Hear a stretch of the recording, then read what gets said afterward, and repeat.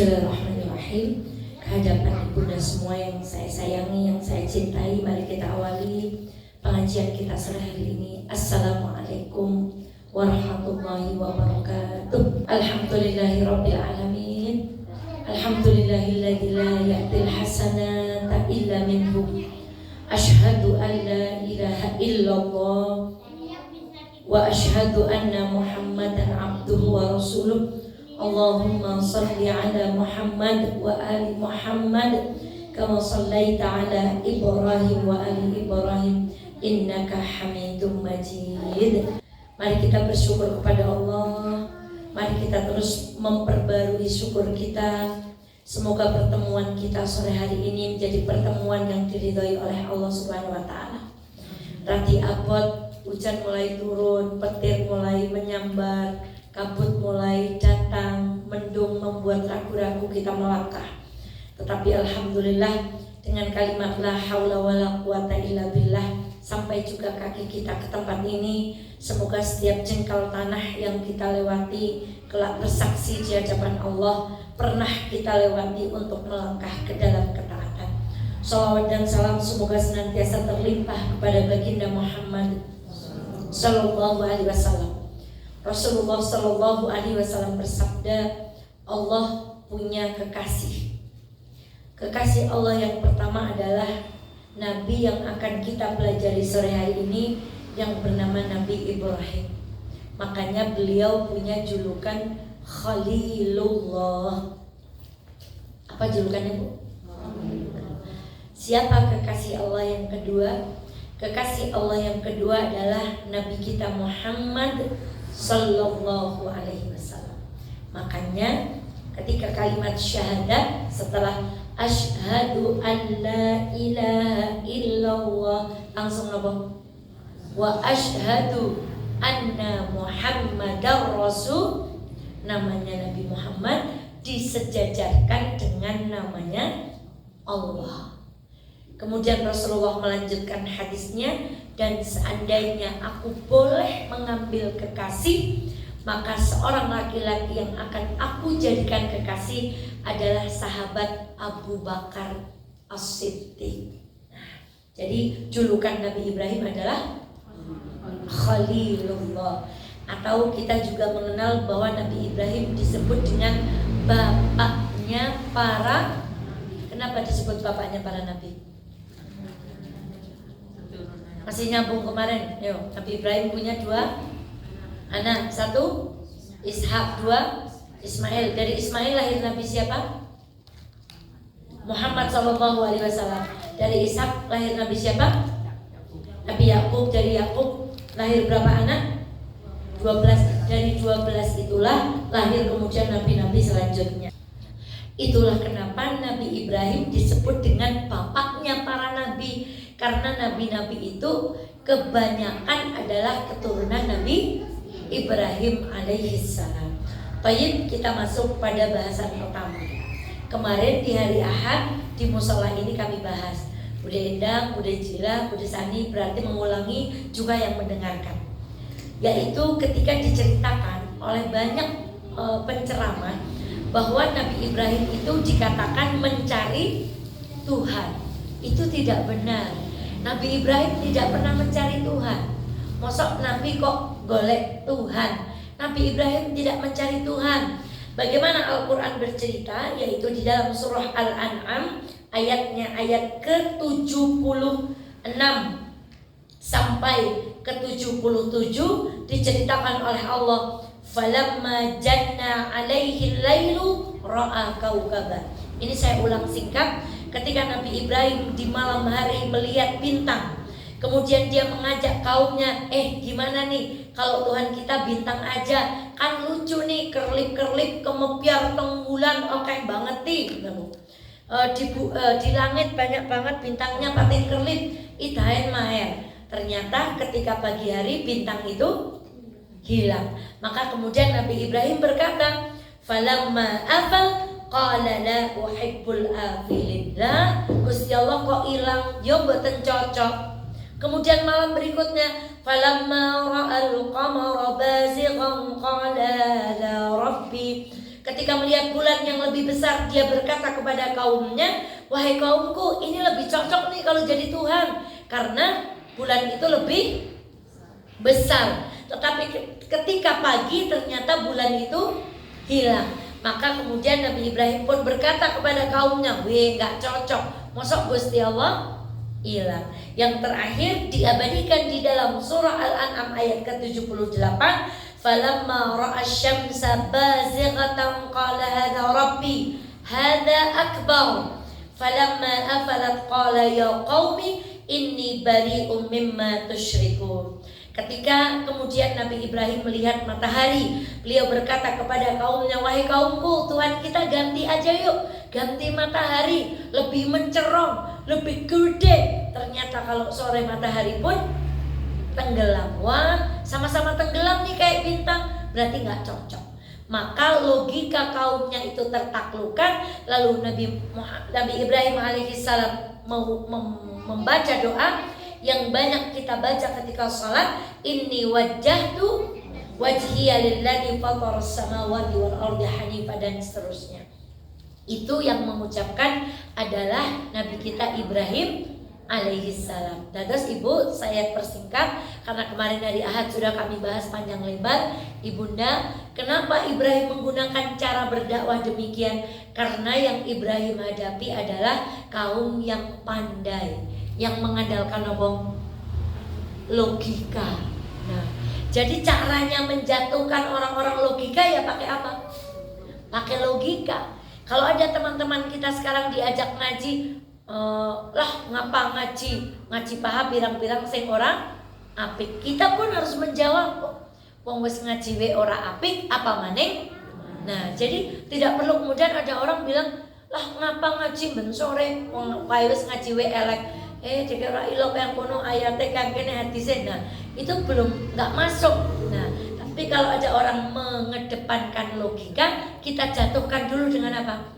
Dengan logika. Seperti yang dilakukan oleh Nabi Ibrahim alaihissalam. Karena kaumnya itu adalah kaum yang sangat mengandalkan logika.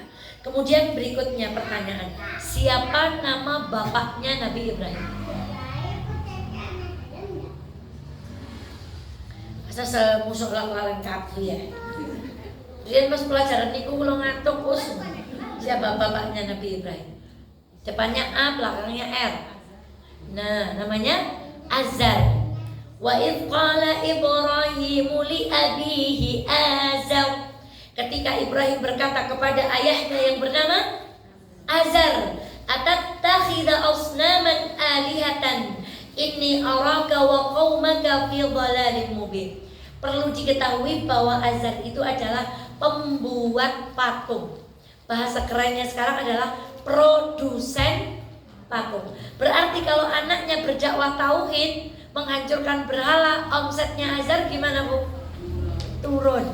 Nah, maka ibunda sekalian yang dirahmati Allah, Azar ini bukan hanya penyembah patung, tapi pembuat patung. Nah, ibunda sekalian yang dirahmati Allah, Nabi Ibrahim mendakwahi ayahnya menurut para ulama dari usia belia. Bahkan ketika Nabi Ibrahim berdakwah kepada kaumnya, para ulama mengatakan Ibrahim usianya 18 tahun. Makanya kemarin Ibrahim digolongkan menjadi pemuda di dalam Al-Quran. Karena usianya masih apa? Masih sangat muda. Bapaknya namanya Azar. Ibunda sekarang gini, dan ini kan bapaknya pembuat patung kah anaknya jadi nabi. Berarti yang orang semang jadi wong tua soleh pahala. Wong bapaknya Nabi Ibrahim mohon boten soleh, anaknya jadi nabi, jadi soleh. Kayak Nabi Adam soleh, nabi, anaknya malah paten-patenan. Nabi Nuh nabi, anaknya paten-patenan. Jadi gimana Bu? Kita mau jadi orang tua yang soleh apa orang tua yang nggak soleh saja? Soalnya di dalam cerita ini Azar itu pembuat berhala loh Bu, tapi anaknya jadi apa? Nabi. Pripun niku Bu? Sama seperti ini Bu. Kalau kita mau jadi orang tua yang tidak soleh, lalu lah burung mesti wong tua orang soleh pake anaknya gelem soleh. Contohnya Nabi Ibrahim. Sekarang memang kita tahu kalau kita nggak soleh anak kita bakal soleh. Kita tidak tahu. Begitu juga ketika kita bilang begini, ngomentari misalnya, lah soleh pahan urung karuan anaknya ngemben soleh. Memang kita tahu. Kalau kemudian kita soleh, anak kita tidak soleh, kan kita tidak tahu. Maka kalau sama-sama tidak tahu, kita wajib berikhtiar yang baik. Maka kita harus menjadi orang tua yang nopo. Bahasanya seperti tadi, sudah jadi orang tua yang soleh saja belum tentu anaknya baik, apalagi tidak jadi orang tua yang. Jangan seperti yang pertama cara berpikirnya, lah nyong ora soleh paha, dan ini bapaknya Nabi Ibrahim ke anaknya Nabi. Lah percuma temen soleh, wong soleh paha urung tentu anaknya soleh kayak. Jangan begitu berpikirnya. Cara berpikir kita, ya Allah, sudah berusaha jadi orang soleh saja, anaknya belum tentu soleh, apalagi tidak soleh. Maka ini pelajaran bahwa apa yang terjadi kepada para nabi itu adalah sesuatu yang menjadi pelajaran untuk kita semuanya. Pertanyaan berikutnya, apakah ketika Nabi Adam putranya saling bunuh berarti Nabi Adam adalah orang tua yang gagal? Tidak. Apakah ketika Nabi Nuh memiliki anak yang bernama Kan'an dan memiliki istri yang tidak mau naik kapal kemudian terkena banjir, apakah kita berani mengatakan bahwa dia adalah orang tua yang gagal? Tidak. Kemudian apakah Nabi Lut dan Nabi Nuh ketika istrinya justru mengkhianati beliau berdua, apakah beliau kita katakan sebagai suami yang gagal? Tidak. Kenapa tidak kita katakan gagal? Kenapa, Bu? Karena tidak tahu hasilnya, betul. Yang lain? Karena sudah berusaha, Bu. Apa usahanya Adam? Menasehati Qabil supaya tidak iri, kemudian menyuruh mereka untuk menyembahkan apa? Kurban, bawalah kurban terbaik. Tapi Qabil melaksanakan atau tidak? Sekarang Nuh, apakah Nuh sudah menasihati anaknya? Oh sudah. Wah ya bunayya yarkam ma'ana, wahai anakku ayo nangit kapal bersamaku. Kata anaknya apa? Mah kula ajeng munggah napa? Munggah gunung. Sudah menasihati. Apakah Nuh dan Lut tidak menasihati istrinya? Sudah ibu. Kalau kita sudah berusaha semampu kita, maka ketika hasilnya tidak seperti yang kita harapkan, Allah tidak akan pernah menyalahkan kita, karena kita sudah apa? Tapi kalau kita kalimatnya lah urung mesti apik paha wong tuane apik, itu namanya gak berusaha. Nyong pandugal bae lah wong bapaknya Nabi Ibrahim dugal lihat nyatane anaknya dadi, itu gak berusaha, Bu. Maka ibunda sekalian yang dirahmati Allah, mereka tidak disebut dengan orang tua yang gagal. Mereka tidak disebut dengan nabi yang gagal mendidik anaknya. Mereka tidak disebut dengan suami yang gagal mendidik istrinya. Karena apa? Karena sudah berusaha. Nah, kemudian ibunda, apa yang istimewa dengan Nabi Ibrahim? Saya jadi ingat Bude Amrih, Ibu. Bude Amrih itu semoga Allah memberi kesehatan kepada beliau. Kenapa tidak ngaji reboan sore? Karena apa, Bu? Merawat. Oh, Bu. Dan bunda tahu ibunya Bude Amrih agamanya apa? Masya Allah. Saya ingat kisah ini, ingat Bude Amrih. Nabi Ibrahim itu berkata kepada bapaknya, dan cara berkatanya begini. Oh, iya. Oh, ini anak. Maaf ya bunda. Ini. Nanti ditutup ya, duduk di sana. Kalau ke tempat kakak, jangan sampai cuma ini duduknya. Belum bisa duduk ya. Bagaimana cara Nabi Ibrahim bermuamalah dengan bapaknya? Padahal bapaknya tadi nabung pembuat berhala. Lihat kalimatnya. Kalau tadi surat apa yang pertama? Al-An'am ayat berapa? Saya sudah tandai pasti di sini, Bu. Saya garisi dengan stabilo, saya tempel footnote cerita Nabi Ibrahim. Yang sekarang adalah Maryam ayat ke-44 sampai 45.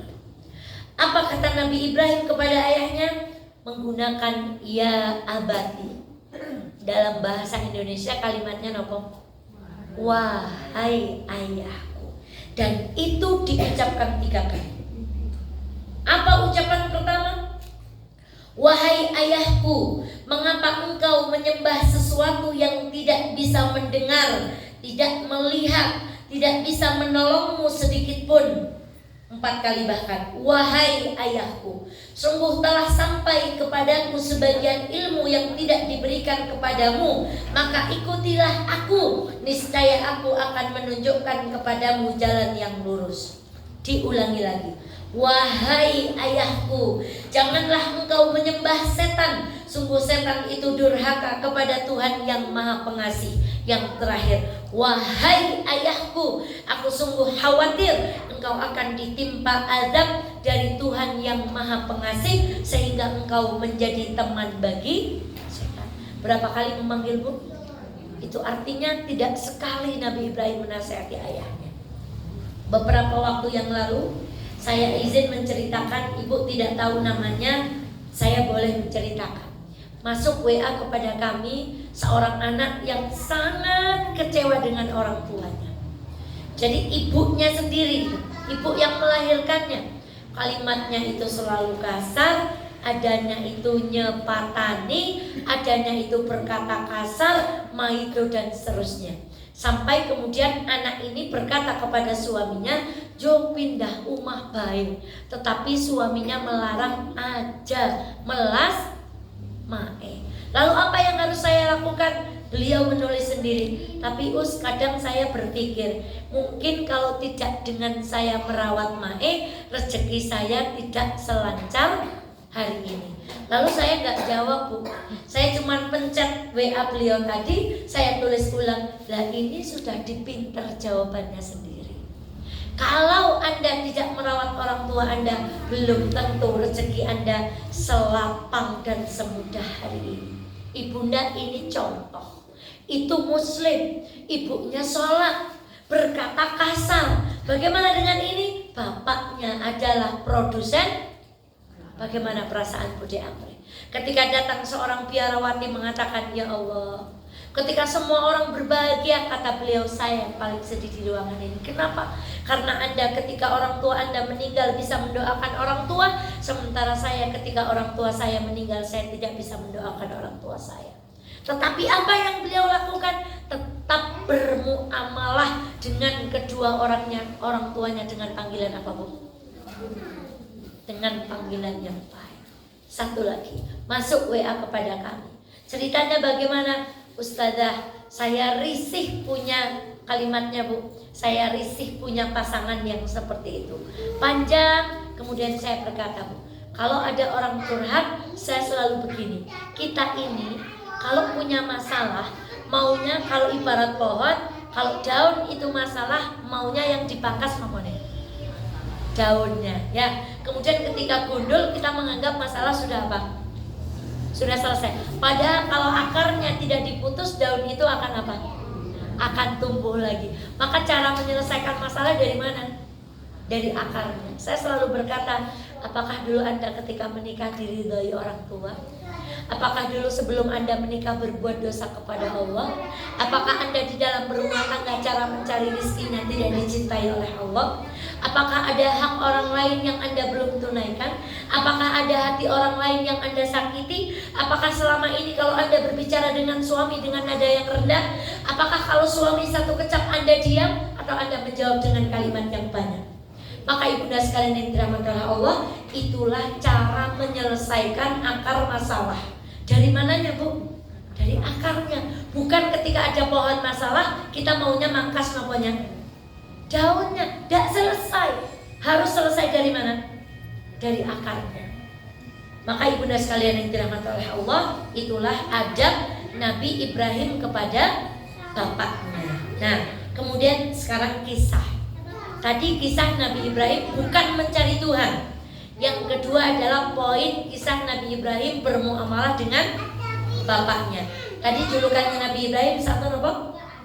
Khalilullah. Yang kedua punya julukan bapaknya para nabi atau Abul Anbiya. Sekarang pada masa Ibrahim berbohong. Kemarin Ahad ini juga sudah sampaikan. Ibu, Nabi Ibrahim pernah berbohong.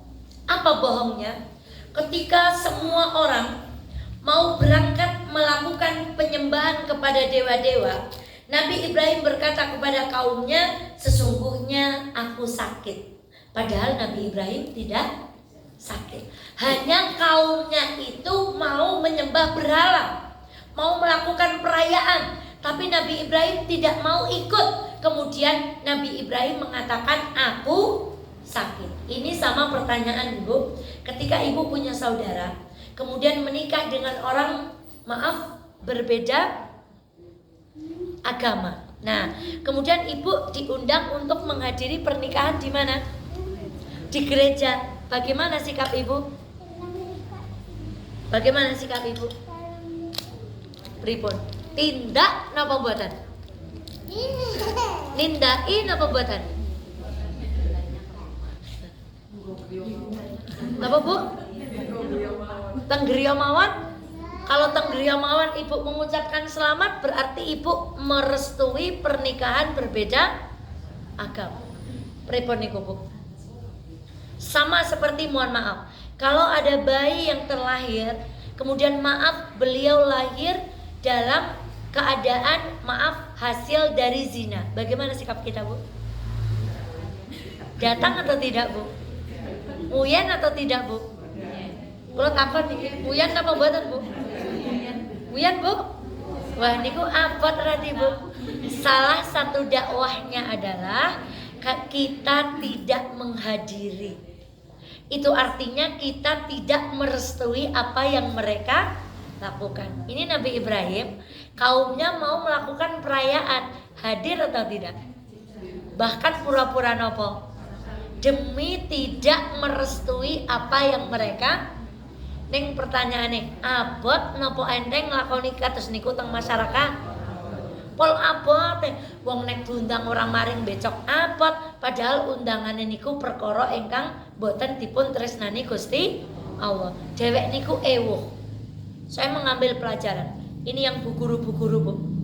Kemarin di TK Abba itu ada yang namanya akreditasi, ibu. Kalau akreditasi berarti ada asesor datang dari luar kota menilai sekolahan kita, bagaimana cara mengajar, cara nyambut anak, cara mulang doa dan seterusnya. Leres Bu Rozik? Biasanya kalau sekolahan kita akreditasi, bu gurunya mulangnya bagaimana Bu Rozik?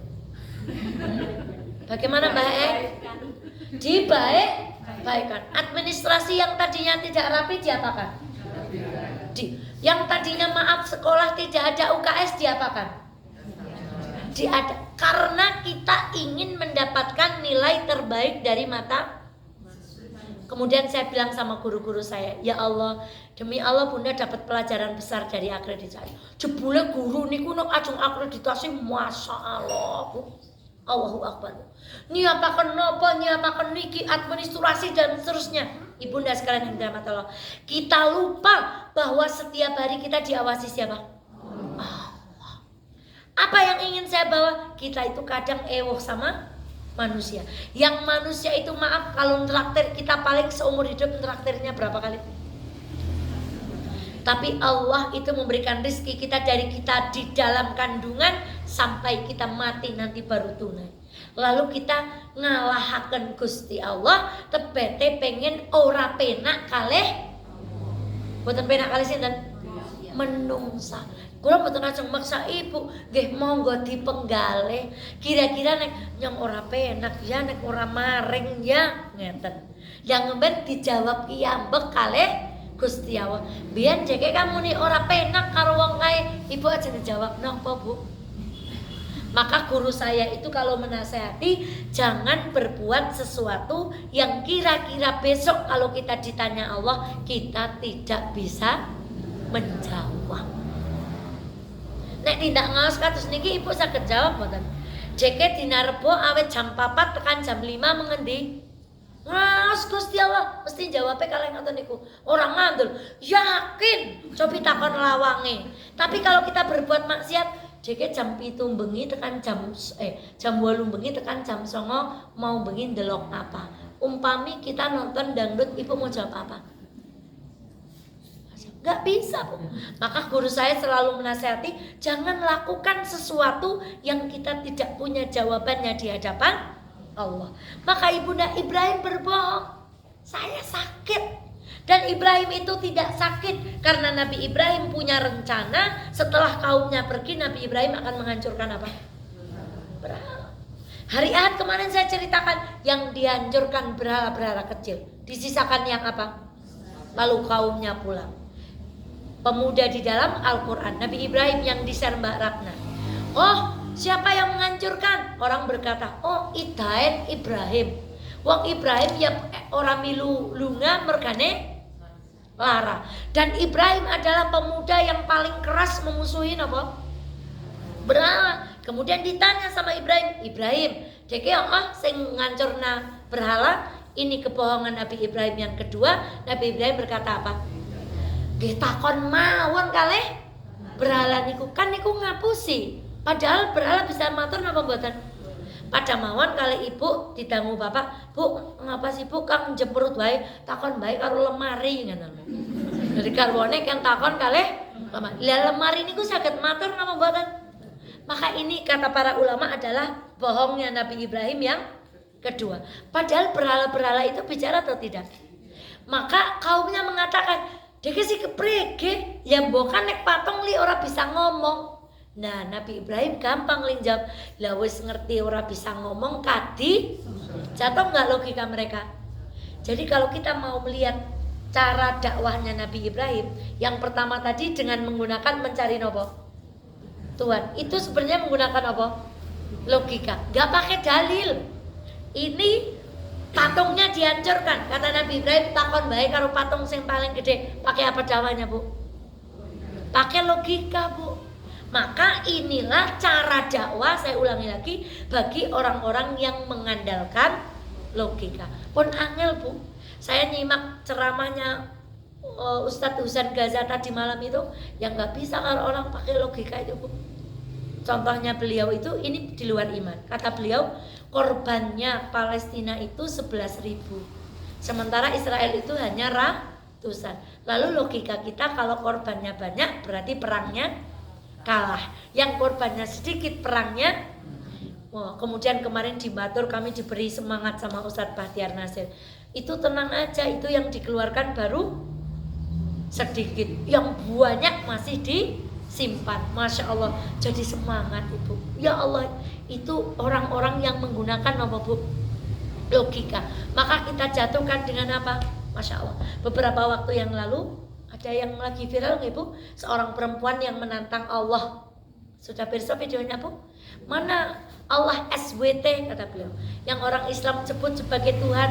Kalau memang dia ada, coba hancurkan hidup saya hitung selama 1 bulan.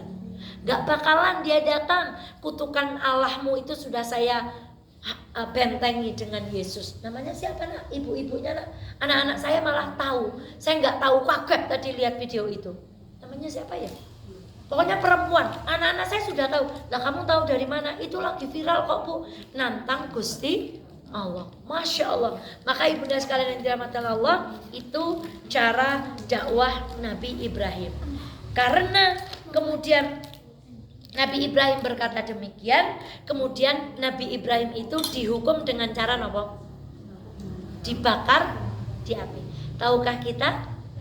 Kata para ulama, tidak pernah ada api yang lebih besar dari api yang membakar Nabi.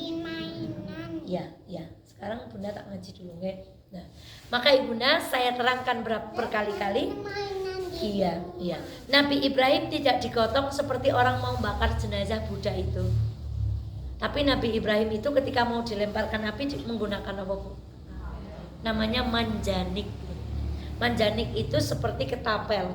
Jadi Nabi Ibrahim ditaruh di sini, cara ketapel kan ditarik mundur. Kemudian dinopo, Bu? Dilepaskan. Dipaskan kalau Nabi Ibrahim jatuhnya kemana? Ke api. Bukan digotong. Kenapa tidak digotong? Kenapa menggunakan manjanik? Karena apinya sangat besar. Dan sudah saya ceritakan beberapa waktu yang lalu, ketika Nabi Ibrahim berada di atas awan, datang pertolongan dari siapa? Malaikat Jibril. Kemudian diterima oleh Nabi Ibrahim? Tidak. Kalau dari Allah saya terima, tapi kalau dari kamu wahai Nabi Ibrahim, wahai Malaikat Jibril, aku tidak akan menerima. Padahal kita tahu Jibril adalah malaikat yang menurut riwayat memiliki 500 buah sayap. Dan satu sayapnya antara timur dan barat. Seandainya satu sayapnya Jibril itu dikepakkan untuk memadamkan api Nabi Ibrahim, mati Nabi Ibrahim. Mati. Tapi Nabi Ibrahim tidak mau. Kemudian ibu, Masya Allah ini, saya kemarin pulang dari Banjarnegara diantarkan oleh seorang ibu dan dia adalah mantan aktivis togel. Nah, bagaimana togel itu Bu? Jadi togel itu saya baru tahu diceritain. Ternyata orang yang kan togel itu namanya deposit Bu. Jadi hari ini saya beli nomor, harganya 150.000. Kemudian nanti malam saya nunggu misalnya nomor saya keluar atau tidak. Jadi dipastikan semua pelaku togel itu tidak pernah tidur kasih, mesti malamnya begadang. Besoknya lagi akan kecanduan. Nyong urung tuku, nyong Amira suaranya jangan keras-keras. Nyong urung tuku, maka beliau akan nyandu. Tahukah kita Bu, gandengannya togel kata beliau, ya nek ngenteni nomor cok bareng-bareng akhirnya sambil nopo minum. Saya tanya lagi, kalau sudah putus asa nomornya nggak keluar, mereka akan bertanya kepada dukun. Maka beliau pernah jam 12 malam kon nang kuburan, kon ngenteni tisu katanya seperti ini Bu. Nanti beliau sudah bayar dukunnya, nanti kalau ditempelkan di pohon itu muncul nomornya Bu. Nomor itu yang dibeli, wah, ki berarti engko nomere nek tuku nomor kiye bakal napa Bu. Dan itu kadang keluar. Saya tanya, lah kalau jenengan keluar, nggih kula tambah percaya kali dukun. Itu seperti ini loh Bu. Pertolongan yang bukan datang dari siapa? Contohnya pergi ke dukun tadi. Niku temenan Us. Kula niku jam tisune nek ditempel tenggan uwit sing pun ngomongaken dukune niku, tiba-tiba ada seperti huruf braille itu yang menunjukkan apa? Kotak Bu. Dan anehnya lagi, kalau ada mobil kecelakaan, yang dilihat itu plat nomornya. Itu lah napa? Katanya sugesti. Jadi kalau ada orang kecelakaan itu malah yang dicari napa nih Bu? Plat nomornya Bu. Masya Allah. Beliau itu tergoda lagi kemarin. Kenapa? Beliau tidur bermimpi ada nomor. Kemudian beliau izin pada suaminya, oleh ora pak nek aku tuku maning. Ya rana nek pan tuku maning nyong ora gak dadi bojone. Masya Allah, Bunda, itu contoh bahwa Allah itu sangat mudah mencocokkan. Kalau kita berbuat syirikan itu, pertolongan itu datang. Contoh, saya ini mendengar ada orang sakit, sudah putus asa dari sakitnya, mau pergi ke sinten sing wong wadon sakti nih kok Bu. Bukan wong wadon sakti, yang gelut sama pesulap merah namanya siapa? Yang gelut sama pesulap merah itu. Bukan Bunda. Nah itu mau ke sana mau minta obat. Demi Allah Bu, Allah itu saking gampangnya. Kalau kita sakit, kita pergi ke dukun. Setelah pergi ke dukun apa? Sembuh. Saking gampile Gusti Allah damel kados niku. Kaya dene nek kula dodolan pengen laris njur meng dukun tuku napa? Tuku ajian penglaris. Maka kemarin ada yang WA. Jarene kan maos surat At-Tolak ayat 1 sampai 3. Niku jarene ayat 1000 dinar. Sinten sing maos niku ping 1000 maka akan mendapatkan dinar yang, kalau mau mendapatkan dinar berdoa dari sekarang, besok jadi menantunya Ustaz Irfan. Dan itu berarti oleh napa Bu? Oleh dinar. Sebab surat At-Tolak itu bunyinya napa? Wa may yattaqillaha yaj'al lahu makhraja wa yarzuqhu min haitsu la yahtasib. Wa may yattaqillaha fahuwa hasbuh. Sing sapa wonge bertakwa maka bakal entuk rezeki dari arah yang tidak disangka. Niku jarene nek cara dukun niku jenenge ayat 1000. Nah, kula tak warai niki sonten niki tak benehi ijazah jimah niku. Maos surat At-Tolak ping pinten? Terus saya jawab, mboten kados niku Ibu. Maksudnya kita itu disuruh bertakwa. Orang bertakwa itu apa? Ya kalau jadi guru yang baik. Kalau jadi pedagang pedagang yang jujur. Kalau jadi ibu rumah tangga, ya jadi ibu rumah tangga yang baik, itu namanya bertakwa. Kalau sudah seperti itu, insya Allah Allah akan kasih rezeki. Oh, dados mboten leres nekan mau 1000 mungkin rezekine lancar. Dan niku kula mboten ngertos niku gurune oleh ngilmu sekek. Dan maaf Bu, sangat mudah. Ibu membaca itu 1000, tahu-tahu besok dapat uang nopo. Itu Allah bagi mudah. Lalu kemudian ibu nyandu, oh ya, jebule Mbah Dokon bener jur ngenjang tindak pundi meleh. Tindak Dokon malih kados niku carane setan menggelincirkan manusia. Maka inilah penolakan Nabi Ibrahim terhadap pertolongan yang ditawarkan oleh malaikat Jibril. Ibunda sekalian yang dirahmati Allah, Nabi Ibrahim punya musuh, raja, namanya raja siapa? Raja Namrud. Kalau raja yang memandegani pasukan gajah, namanya Raja Abraha. Kalau raja di zaman Nabi Yusuf, namanya Al-Aziz. Kalau raja di zaman Nabi Musa, namanya Fir'aun. Saya ngaji pokoknya remedi terus. Kita ulangi lagi. Raja yang jadi lawan Nabi Ibrahim namanya Raja yang jadi lawan ketika itu kaum Quraisy tentara gajah namanya Rajanya Nabi Yusuf namanya Al-Aziz. Tapi raja di zaman Nabi Musa sama-sama di Mesir tapi Fir'aun. Masya Allah. Itu ini harus di luar kepala Bu, termasuk nama-nama kaum itu. Nah, Nabi Ibrahim punya musuh namanya raja siapa tadi? Apa kata Nabi Ibrahim ketika berdakwah? Wahai Namrud, Tuhanku bisa menghidupkan orang mati dan mematikan. Namrud bilang nyong ya teyeng. Lalu Namrud mengambil 2 orang dari penjara, yang satu dibunuh, yang satu dihidupkan. Kata Namrud nyong ya teyeng, siji urip siji niku nek cara dewek wong napa Bu? Wong napa Bu? Nek kula ya maaf kasar, pekok nggih Bu. Kata saya juga bisa. Lalu Ibrahim menantang dengan yang kedua.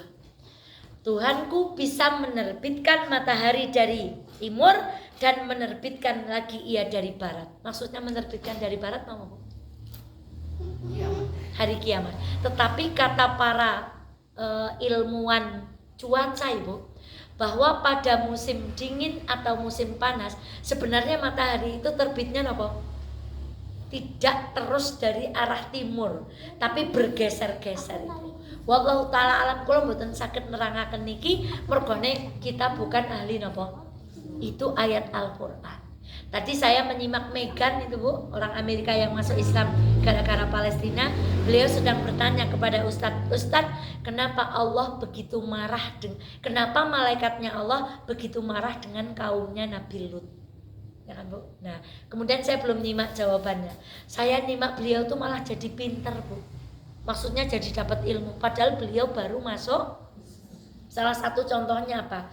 Beliau membaca ayat embriologi, bahwa manusia diciptakan pertama dengan segumpal darah, kemudian darah itu menjadi daging, kemudian daging itu nanti akan diberi apa Bu? Tulang, tulangnya akan dilapisi apa lagi? Daging, kemudian sempurna. Yang kita kenal di dalam dokter kebidanan itu namanya proses apa? Embriologi. Lalu beliau ngetik Google begini, hello Google dengan bahasa Inggris, kapan penemuan embriologi keluar gitu. Kemudian keluar tahun sekian. Kemudian beliau bilang, hah? Ini Al-Quran 14 abad yang lalu sudah bicara tentang apa? Sementara embriologi di kalangan kedokteran baru keluar di tahun sekian. Kata mustahil kalau ini perkataan manu. Kalau jadi ya Allah nyong wong Islam ketelahirkan nyong orang ngerti yang kene Bu. Kemudian beliau berkata, Al-Quran itu menjelaskan bahwa perahu itu akan berjalan. Kemudian ada gunung berapi di bawah nopo? Kata ngajine Pak Gus sinten nika? Putrane Kiai Thalib, Masya Allah. Bisa-bisanya wong nang ngisor laut kan panas.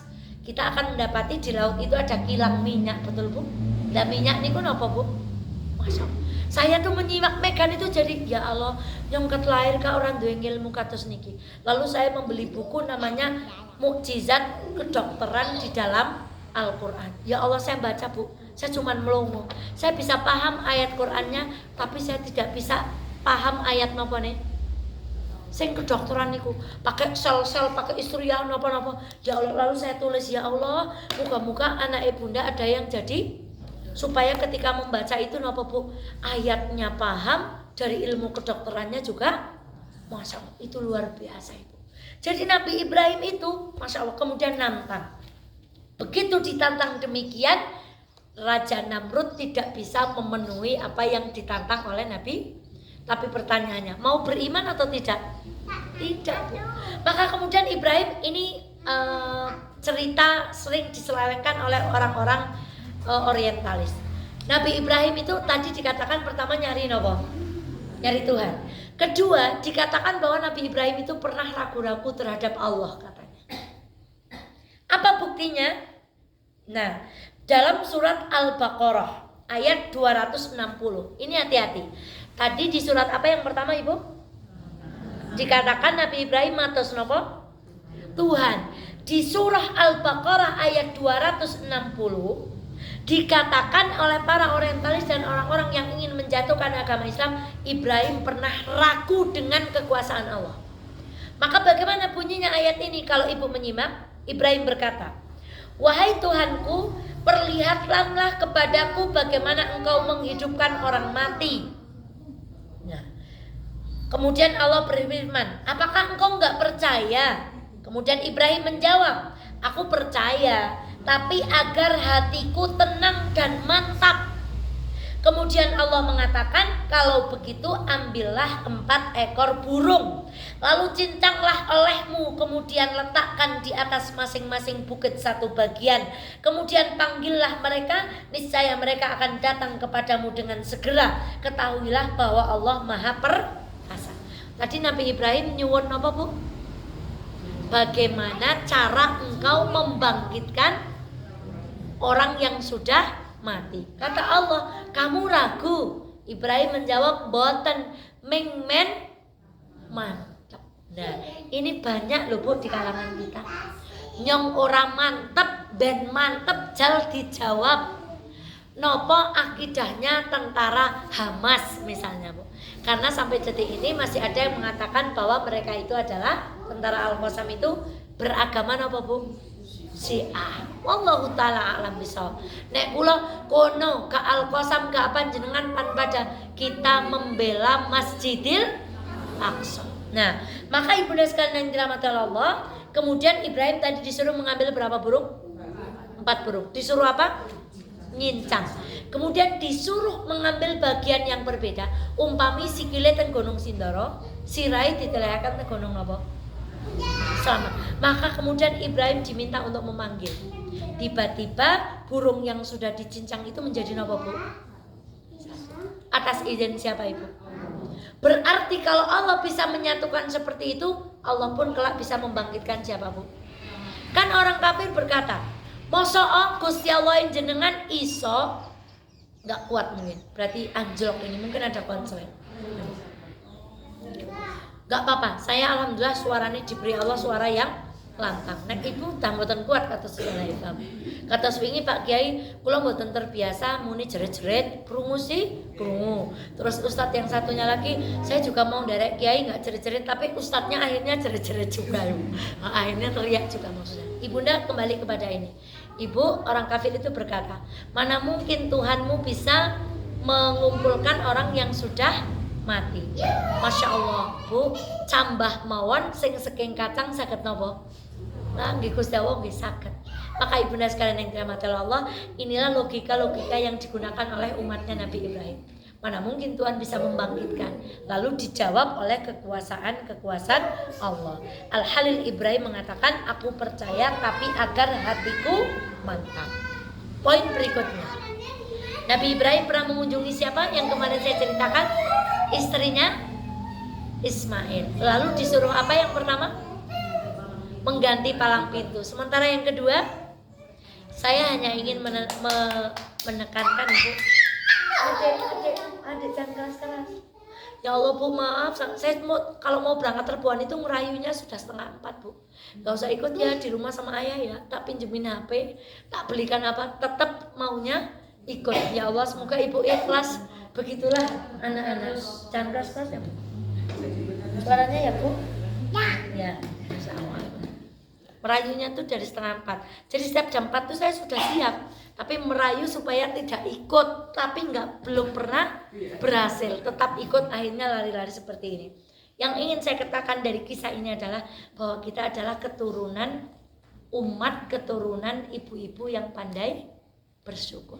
Bukan umat yang dilahirkan oleh seorang istri yang tidak pandai bersyukur. Maka nek seniki dewek mboten pandai bersyukur, sebenarnya dewek itu tidak menuruti apa yang sudah dilakukan oleh istrinya Nabi siapa? Ismail alaihi salam. Beberapa waktu yang lalu Ustadz Junaid menerangkan bahwa sebaik-baik lauk itu adalah cuka. Di Masjid Al-Arqam saya sampaikan Bu kepada bapak-bapak, Pak, ngenjang nek garwane jangan tempe, bapak matur sebaik-baik jangan adalah jangan tempe. Nek garwane nyambel kalih tempe napa meneh tahu, bapak matur sebaik-baik lauk adalah sambel dan lauk. Maka ibunda sekalian yang dirahmati Allah, dan kalau kita suka nyacet panganan berarti kita keturunan apa Mbak Siti? Kenapa? Nah, Bani Israel matur napa kemarin? Diberi makanan apa Bu? Mana dan salwa, madu dan burung. Tapi mereka berkata apa?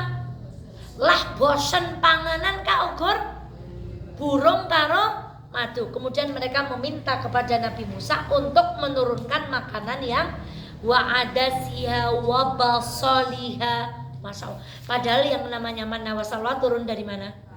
Kalau timun, basal, adas ada di mana kata Nabi Musa? Maka ibu jangan jadi orang yang mirip dengan karakternya Bani Israel. Nek onten panganan nopo? Ya, itu tentang kisah Nabi Ibrahim mengunjungi sinten ibu? Mengunjungi istrinya Nabi Ismail. Nah, enjang anggar nonton ibu-ibu pun ngaji repuan mboten manut, anggar kula ngaji kali bapak-bapak, kula ajeng matur, Pak, gantos mawon palang pintunya. Karena istrinya tidak apa? Tidak manut. Ning nek garwane bapak manut kan napa? Pertahankan palang pintunya. Masya Allah, itu indah loh Bu, itu jadi obrolan. Kalau bapak sama ibu sama-sama ngaji nanti di rumah, palang pintuku, apa sih palang pintu? Misalnya ada tamu, oh palang pintuku lagi cemburu, karena tamunya jamaah reboan mudeng sing lagi cemburu sinten. Tapi nek boten ngaji palang pintuku cemburu, palang pintu kan cemburu, aneh temen kayak idahin aliran kebatinan. Kemudian sampailah kepada kisah Nabi Ibrahim membangun apa? Ka'bah. Bangunnya dengan siapa Bu? Dengan Nabi Ismail. Ibunda sekalian yang dirahmati Allah, Ka'bah pertama dibangun oleh siapa? Pertama diturunkan untuk Nabi Adam. Menurut para ulama, Nabi Adam berkata, kan Nabi Adam kalau di surga berarti beribadahnya bersama dengan siapa? Para malaikat. Lalu ketika diturunkan di bumi, loh saya nanti kalau beribadah di mana? Ini menurut salah satu sejarah. Kemudian Allah memberikan Ka'bah untuk Nabi Adam beribadah di mana? Di bumi. Kemudian terjadi banjir, kaumnya siapa? Nabi Nuh. Semua yang ada di muka bumi ini apa Bu? Musnah. Pun termasuk apa? Ka'bah. Maka muncul kembali pondasinya ditemukan pada zaman Nabi siapa? Maka Nabi Ibrahim diriwayatkan meninggikan tembok bekasnya itu dengan kemampuan yang dimiliki Nabi Ibrahim bersama Nabi Ismail, kemudian dibangun. Nanti ada kisah yang luar biasa. Kenapa Ka'bah jadi tinggi? Pintunya kan tinggi kan? Tidak di bawah. Kenapa kemudian ada Hajar Ismail di luar? Lingkaran yang separuh. Separuhnya kemana? Kenapa makom Ibrahim itu jaraknya jauh? Kenapa makom Ibrahim kok nggak deket Ka'bah? Padahal makom Ibrahim itu adalah batu yang Allah izinkan bisa naik turun, digunakan untuk Nabi Ibrahim berpijak. Kemudian kalau Nabi Ibrahim meminta naik, batunya naik. Kalau Nabi Ibrahim mau turun, turun. Kemudian makam Ibrahim ini sekarang dikurungi dengan bangunan yang kurungnya emas, disebutkan dengan nama makam Ibrahim. Itu ada ceritanya semua. Hanya saja yang ingin kami sampaikan, Masya Allah, apa yang mereka ucapkan setelah mereka membangun Ka'bah adalah kalimat doa yang pernah kita pelajari ketika kita membahas doa yang diawali dengan kalimat nopo? Robbana. Apa yang diucapkan Nabi Ibrahim? Eskelalen. Nek eskelalen sih kula seneng jur kula niki ngulang-ulang materi aman. Robbana taqabbal minna innaka antas samiul. Tadi baru berbuat maksiat apa baru berbuat kebaikan? Seorang nabi, julukannya kekasih Allah dan Abul Anbiya. Tapi kalau berbuat baik tetap memohon kepada Allah supaya perbuatan baiknya nopo. Itu pelajaran besar untuk kita.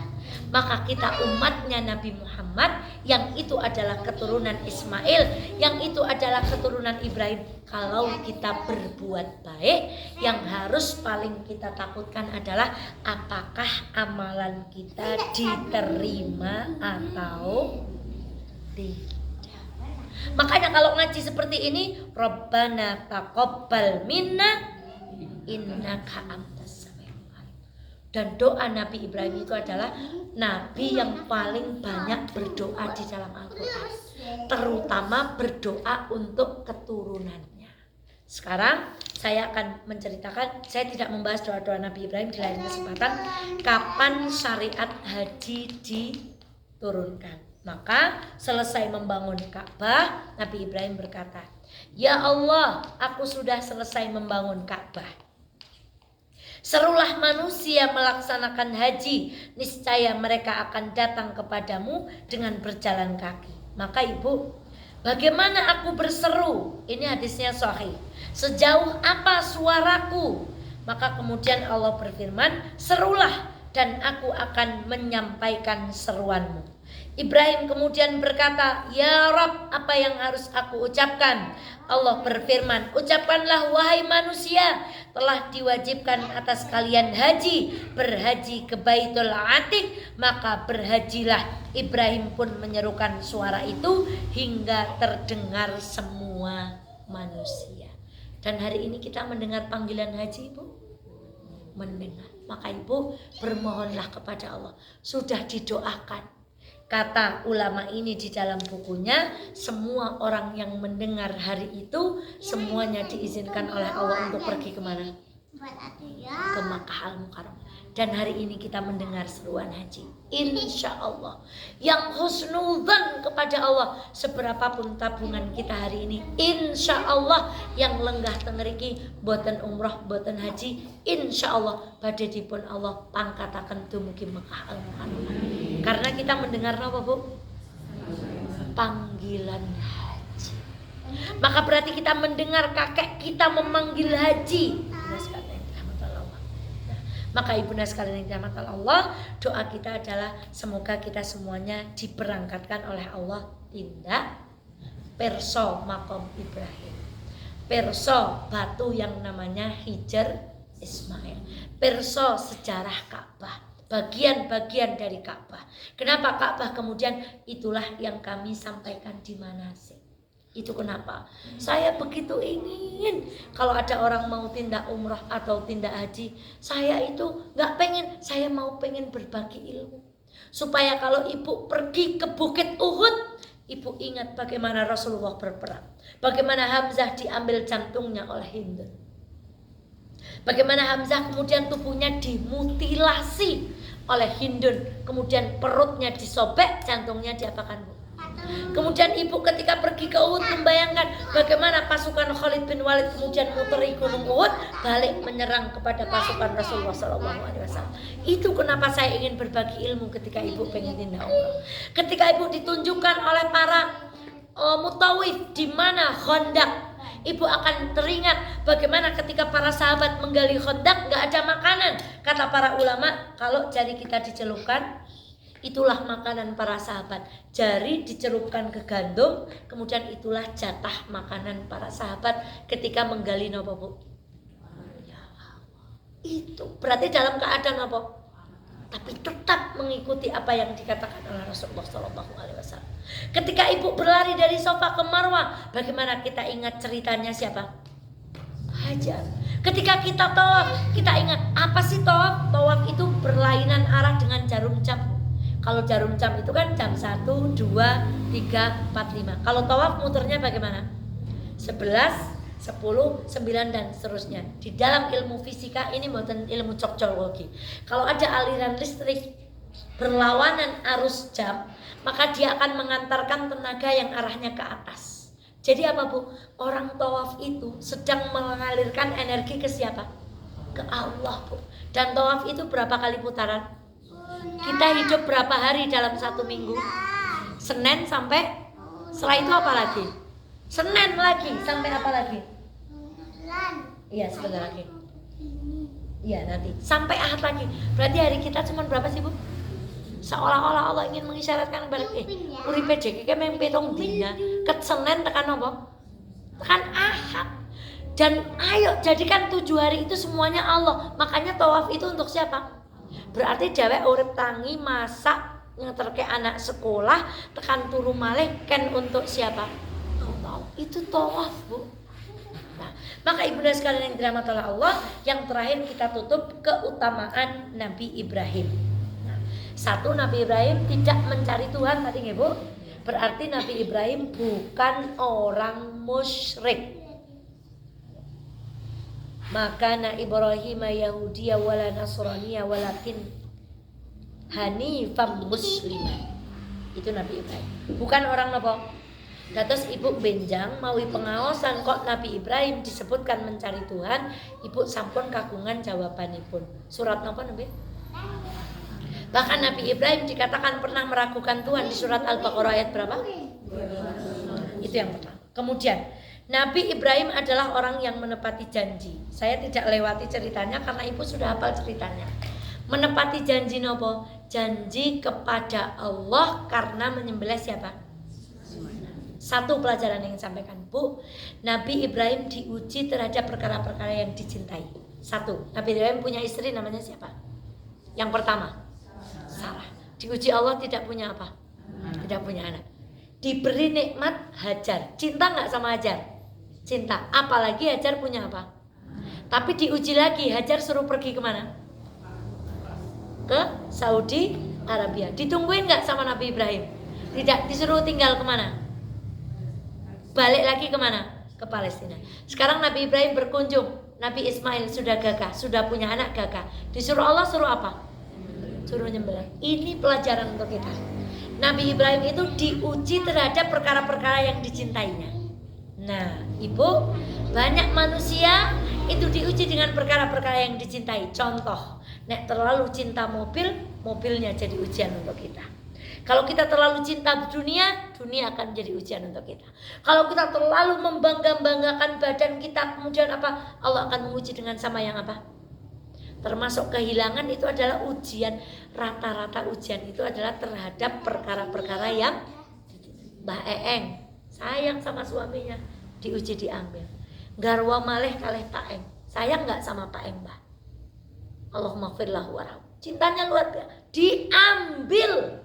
Itulah manusia itu kadang-kadang ujiannya terhadap perkara-perkara yang ibu tresna mboten kali putra. Kalau Allah menghendaki akan datang ujian dari siapa? Dari anak kita. Karena kita cinta sama siapa? Anak kita. Maka ibunda itu Allah menyebut Nabi Ibrahim adalah orang yang menepati janji. Yang ketiga,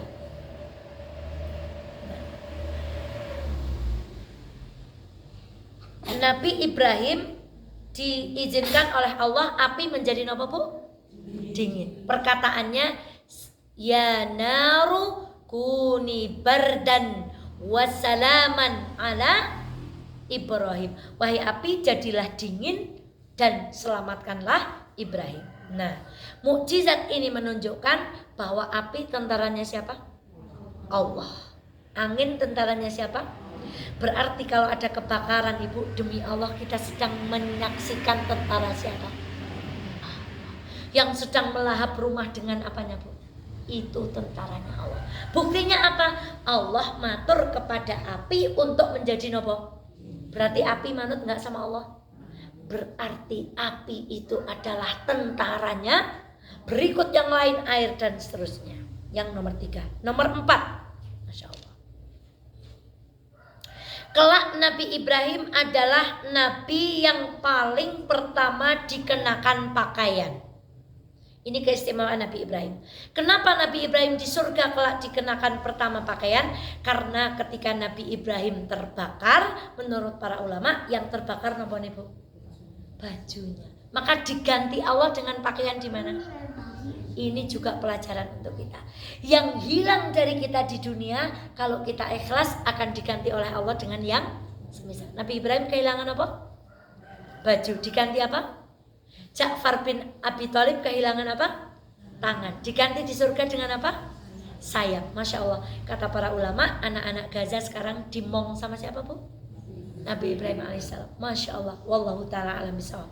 Dan ibu, sunnah hitan itu adalah sunnahnya Nabi Ibrahim alaihissalam. Itu yang ke-5.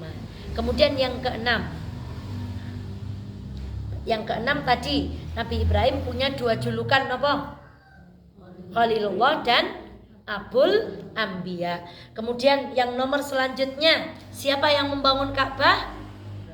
Nabi Ibrahim. Berarti kalau ada orang tawaf, orang haji hari ini, amal jariahnya pergi ke siapa? Nabi Ibrahim. Dan satu lagi, siapa yang mengumpulkan air Zam-Zam? Ibunya Nabi Ismail namanya siapa? Namanya Hajar. Beliau berkata, Zammi, kata para ulama, seandainya Hajar itu tidak mengumpulkan air, niscaya Mekah itu jadi lautan. Karena Zam-Zam apa, Bu? Keluar terus, tidak berhenti. Kemudian ketika air itu muncul, burung-burung terbang di atasnya. Orang-orang datang mengerumuni siapa?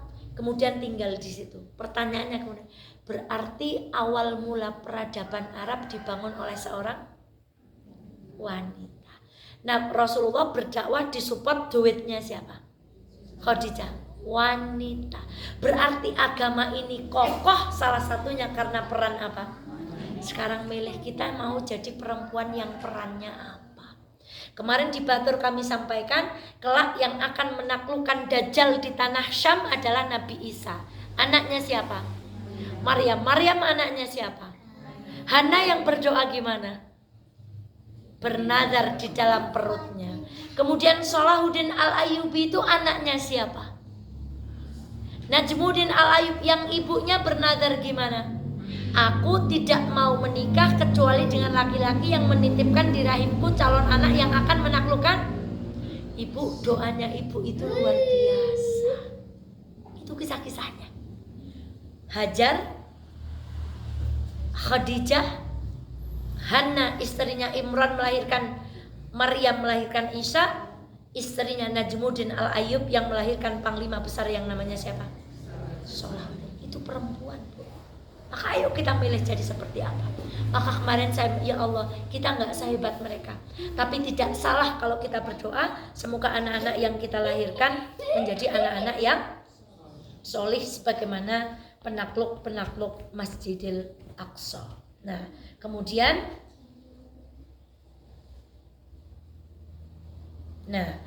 terakhir ketika Rasulullah Isra Mi'raj ke langit ke-7, Nabi Ibrahim ada di mana? Langit yang keberapa, Bu? Di langit pertama Rasulullah ketemu ini, langit kedua Rasulullah ketemu Nabi ini, langit ketiga Rasulullah ketemu Nabi ini, langit selanjutnya ketemu Nabi ini. Di langit terakhir sebelum sampai ke arsy-Nya Allah, disitulah Rasulullah bertemu dengan siapa?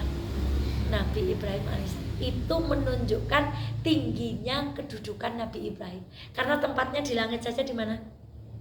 Dekat dengan siapa? Dekat dengan arsy-Nya Allah.